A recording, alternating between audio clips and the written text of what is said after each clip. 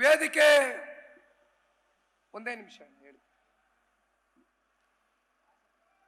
ನನ್ನ ಸಹೋದರ ಆತ್ಮೀಯರು, ನನ್ನ ಹೆಗಲಿಗೆ ಹೆಗಲು ಕೊಟ್ಕೊಂಡು ಈ ಮೈಸೂರು ಚಲೋ ಯಾತ್ರೆಯಲ್ಲಿ ಭಾರತೀಯ ಜನತಾ ಪಾರ್ಟಿಯ ನೂತನ ಅಧ್ಯಕ್ಷರಾಗಿ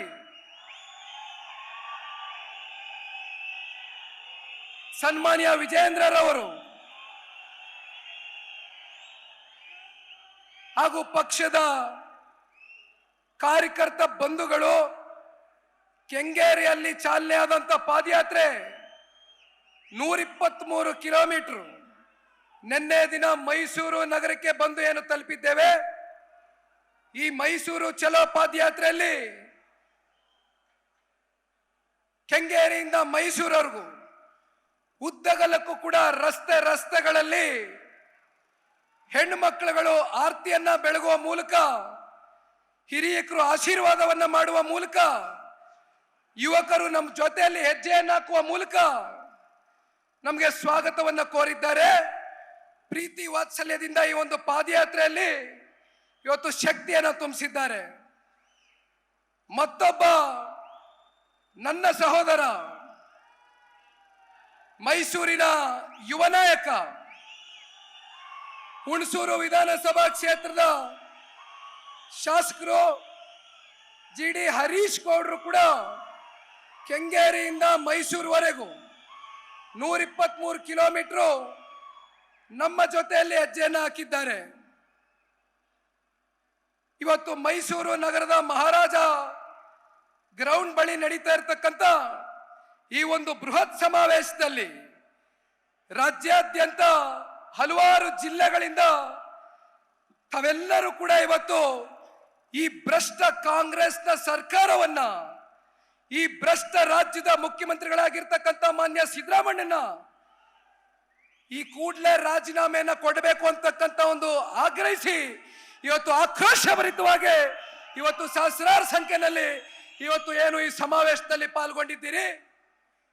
ಬಂಧುಗಳೇ, ಮೂಡದಲ್ಲಿ ಆಗಿರ್ತಕ್ಕಂಥ ಹಗರಣ ನೇರವಾಗಿ ಸಿದ್ದರಾಮಯ್ಯನವರು, ಅವರ ಕುಟುಂಬ ಯಾವ ರೀತಿ ಇವತ್ತು ಸುಳ್ಳು ದಾಖಲಾತಿಗಳನ್ನ ಸೃಷ್ಟಿ ಮಾಡುವ ಮೂಲಕ ಹಿಂದುಳಿದಿರ್ತಕ್ಕಂಥ ಸಮಾಜದ ಹೆಸರಲ್ಲಿ, ಅಹಿಂದ ಹೆಸರಲ್ಲಿ ಇವತ್ತು ಈ ರಾಜ್ಯದ ಮುಖ್ಯಮಂತ್ರಿಗಳಾಗಿರ್ತಕ್ಕಂಥ ಸಿದ್ದರಾಮಯ್ಯ ಅವರೇ ದಲಿತರ ಜಮೀನನ್ನ ಇವತ್ತು ಭೂ ಕಬಳಿಕೆ ಮಾಡಿ ಯಾವ ರೀತಿ ನಿಮ್ಮ ನಡೆಗಳು ಏನು ಅಂತಕ್ಕಂಥದನ್ನ ಇವತ್ತು ಈ ರಾಜ್ಯದ ಜನತೆ ಮುಂದೆ ಇವತ್ತು ತೋರಿಸಿದ್ದೀರಿ. ಇನ್ನೊಂದು ಕಡೆ ವಾಲ್ಮೀಕಿ ಸಮುದಾಯಕ್ಕೆ ನಿಗಮದಲ್ಲಿ ಅಭಿವೃದ್ಧಿಗೆ ಬಳಕೆ ಆಗಬೇಕಾಗಿರ್ತಕ್ಕಂಥ ಹಣವನ್ನ ಇವತ್ತು 187 ಕೋಟಿ ಯಾವ ರೀತಿ ಇವತ್ತು ಈ ರಾಜ್ಯದ ಇತಿಹಾಸದಲ್ಲಿ ಬಹುಶಃ ಮೊದಲನೇ ಬಾರಿ ಬ್ಯಾಂಕ್ಗಳಲ್ಲಿ ಟ್ರಾನ್ಸಾಕ್ಷನ್ ಆಗಿರ್ತಕ್ಕಂಥ ಉದಾಹರಣೆ ಸಿದ್ದರಾಮಣ್ಣನ ಕಾಲಘಟ್ಟದಲ್ಲಾಗಿರ್ತಕ್ಕಂಥದ್ದು. ಸದನದಲ್ಲಿ ಸ್ವತಃ ಈ ರಾಜ್ಯದ ಮುಖ್ಯಮಂತ್ರಿಗಳೇ ಇವತ್ತು ಒಪ್ಕೊಂಡಿದ್ದಾರೆ.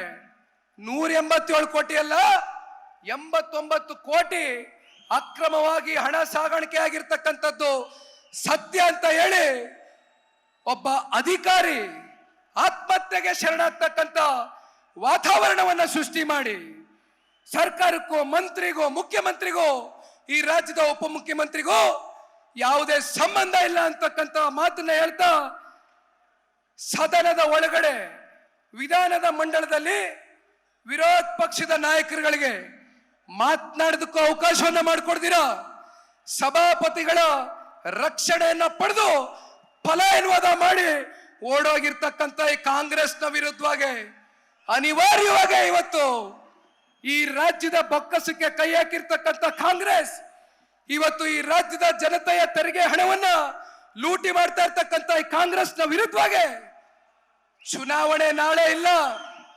ನಾವೇನ್ ಚುನಾವಣೆಗೋಸ್ಕರ ಇವತ್ತು ಈ ಪಾದಯಾತ್ರೆ ಮಾಡ್ತಾ ಇರ್ತಕ್ಕಂಥದ್ದಲ್ಲ.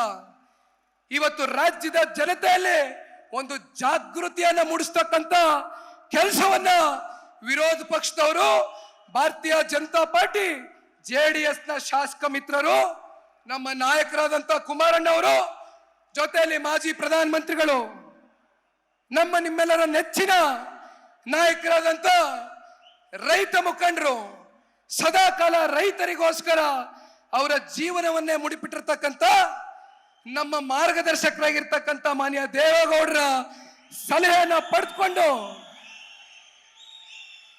ಜನತಾದಳ ಪಕ್ಷ ಈ ರಾಜ್ಯದಲ್ಲಿ ಸ್ಥಾಪನೆ ಆಗಿರ್ತಕ್ಕಂಥದ್ದೇ ಹೋರಾಟದ ಹಿನ್ನೆಲೆಯಲ್ಲಿ.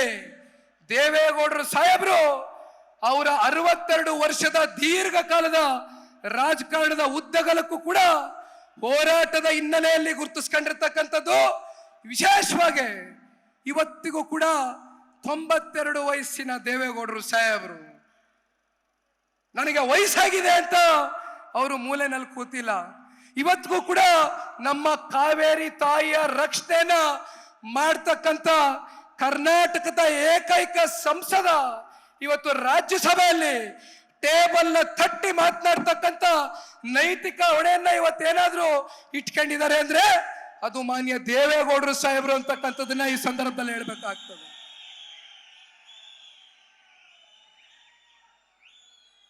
ಎರಡ್ 2006 ಮತ್ತೆ 2007ರಲ್ಲಿ ಜನತಾದಳ ಪಕ್ಷ ಹಾಗೂ ಭಾರತೀಯ ಜನತಾ ಪಾರ್ಟಿ ಕರ್ನಾಟಕ ರಾಜ್ಯದಲ್ಲಿ ಸಮ್ಮಿಶ್ರ ಸರ್ಕಾರವನ್ನ ರಚನೆ ಮಾಡಿದ್ರು.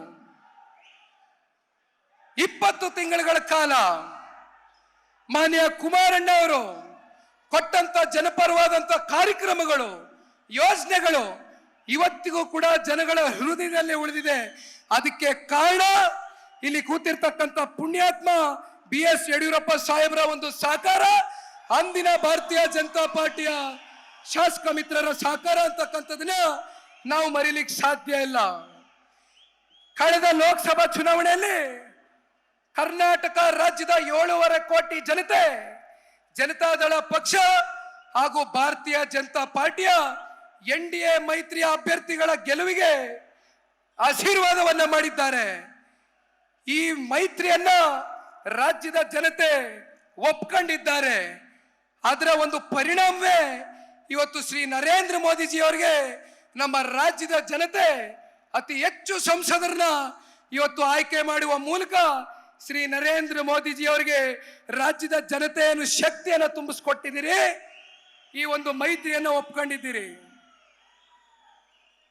ಮುಂಬರ್ತಕ್ಕಂಥ ದಿನಗಳಲ್ಲಿ ಒಂದ್ ಕಡೆ ನನ್ನ ಸಹೋದರ ವಿಜಯೇಂದ್ರರವರು, ಒಂದ್ ಕಡೆ ನಮ್ಮ ಪಕ್ಷದ ಎಲ್ಲ ಹಿರಿಯ ಮುಖಂಡರು, ನಮ್ಮ ನಾಯಕರಾದಂತ ಕುಮಾರಣ್ಣ ಅವರ ಆಶೀರ್ವಾದ, ದೇವೇಗೌಡರು ಸಾಹೇಬರ ಮಾರ್ಗದರ್ಶನ, ಇವೆಲ್ಲವನ್ನು ಪಡೆದುಕೊಂಡು ಅಣ್ಣ ತಮ್ಮಂದರ ರೀತಿನಲ್ಲಿ 2006 ಮತ್ತೆ 2007ರಲ್ಲಿ ಯಾವ ರೀತಿ ಮಾನ್ಯ ಕುಮಾರಣ್ಣ ಅವರು, ಯಡಿಯೂರಪ್ಪಾಜಿ ಅವರು ಇಡೀ ರಾಜ್ಯ ಇವತ್ತು ಬೆಂತಟ್ಟತಕ್ಕಂಥ ಒಂದು ಸರ್ಕಾರವನ್ನ ಕೊಟ್ಟಿದ್ರು. ಅದೇ ರೀತಿ ಮುಂಬರ್ತಕ್ಕಂಥ ದಿನಗಳಲ್ಲಿ ಕಾಂಗ್ರೆಸ್ ಪಕ್ಷದ ನಾಯಕರಿಗೆ ಈಗಾಗಲೇ ತಳಮಳ ಶುರುವಾಗಿದೆ. ಗೊತ್ತಿದೆ ಅವರಿಗೆ ಮುಂದಿನ ಪರಿಸ್ಥಿತಿ ಏನಾಗುತ್ತೆ. ನಾಳೆ ಚುನಾವಣೆ ಬಂದ್ರೆ ರಾಜ್ಯದ ಜನತೆ ಯಾವ ಮಟ್ಟಕ್ಕೆ ಕಾಂಗ್ರೆಸ್ನ ತಿರಸ್ಕಾರ ಮಾಡ್ತಕ್ಕಂಥ ಒಂದು ಸನ್ನಿವೇಶ ಏನು ಅನ್ನೋದನ್ನ ಅರ್ಥೈಸ್ಕೊಂಡು ಪಾಪ ಜನಾಂದೋಲನ ಅಂತ ಹೆಸರಲ್ಲಿ ಪಾಪ ಕಾಂಗ್ರೆಸ್ನ ನಾಯಕರುಗಳು ಕಾರ್ಯಕ್ರಮ ಮಾಡಿದ್ದಾರೆ. ನಿನ್ನೆ ವಿಜೇಂದ್ರಣ್ಣನಿಗೆ ಹೇಳ್ತಾ ಇದ್ದೆ, ಜನಾಂದೋಲನ ಕಾರ್ಯಕ್ರಮ ಆದ್ಮೇಲೆ ನಾವು ವಿಜೇಂದ್ರಣ್ಣ ಮೈಸೂರಿಗೆ ಪ್ರವೇಶ ಮಾಡಿದ್ವಿ. ಮೈಸೂರಿಗೆ ಪ್ರವೇಶ ಮಾಡ್ತಾ ಇದ್ದಂಗೆ ಆ ಚಾಮುಂಡಿ ತಾಯಿ ಕೂಡ ಸೂಚನೆ ಕೊಟ್ಲು. ನಮ್ಮ ತಾಯಿ ಇವ್ರೇನು ಪಾಪಗಳು ಮಾಡಿದಾರಲ್ಲ, 15-16 ತಿಂಗಳು SC ST ಸಮುದಾಯಕ್ಕೆ, ಹಿಂದುಳಿದಿರ್ತಕ್ಕಂಥ ವರ್ಗಕ್ಕೆ, ಅಹಿಂದ ವರ್ಗಕ್ಕೆ ಮಾಡಿರ್ತಕ್ಕಂಥ ಪಾಪಗಳ ಪರಿಣಾಮ ನಿನ್ನೆ ನಾವು ಮತ್ತೆ ವಿಜೇಂದ್ರರವರು ಮೈಸೂರಿಗೆ ಕಾಲಿಟ್ಟಂತ ಸಂದರ್ಭದಲ್ಲಿ ವರ್ಣ ಆ ಭಗವಂತನ ಆಶೀರ್ವಾದ ಮಳೆ ಬಂದು ಆ ಜನಾಂದೋಲನ ಕಾರ್ಯಕ್ರಮದ ಪಾಪಗಳನ್ನೆಲ್ಲ ತೊಳಿತು. ಯಾವ ಭಗವಂತನೂ ಕೂಡ ಇವತ್ತು ಕಾಂಗ್ರೆಸ್ನವ್ರನ್ನ ಮೆಚ್ಚೋದಿಲ್ಲ.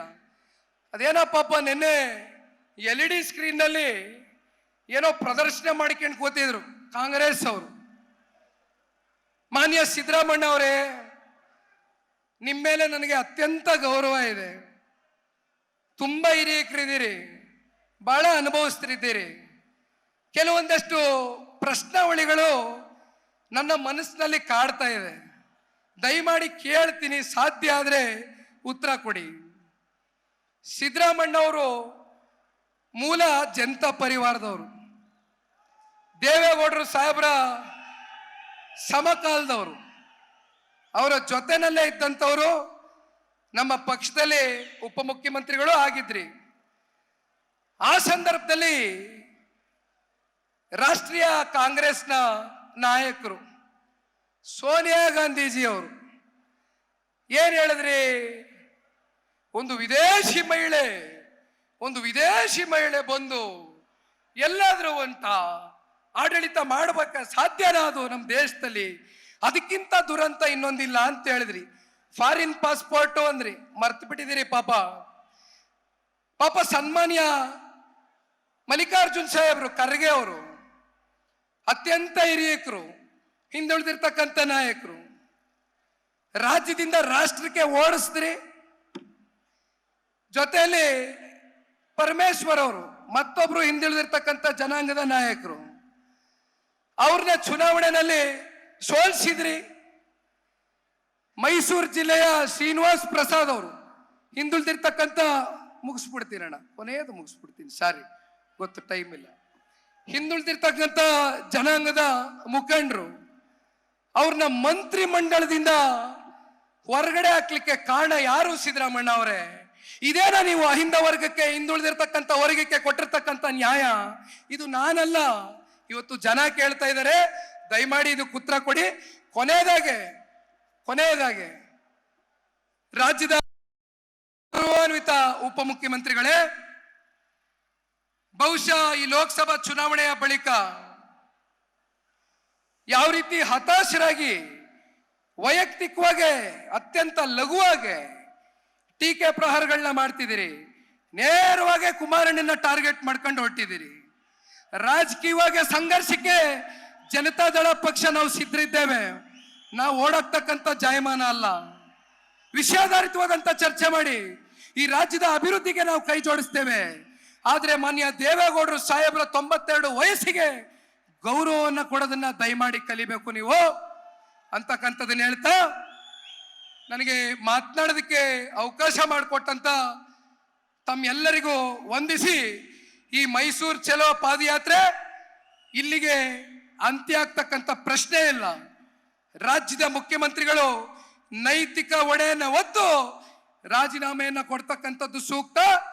ಇಲ್ಲ ಅಂದ್ರೆ ಕಾನೂನಾತ್ಮಕವಾಗಿ ಯಾವ ರೀತಿ ಹೋರಾಟ ಮಾಡಬೇಕು ಹೋರಾಟ ಮಾಡ್ತೀವಿ.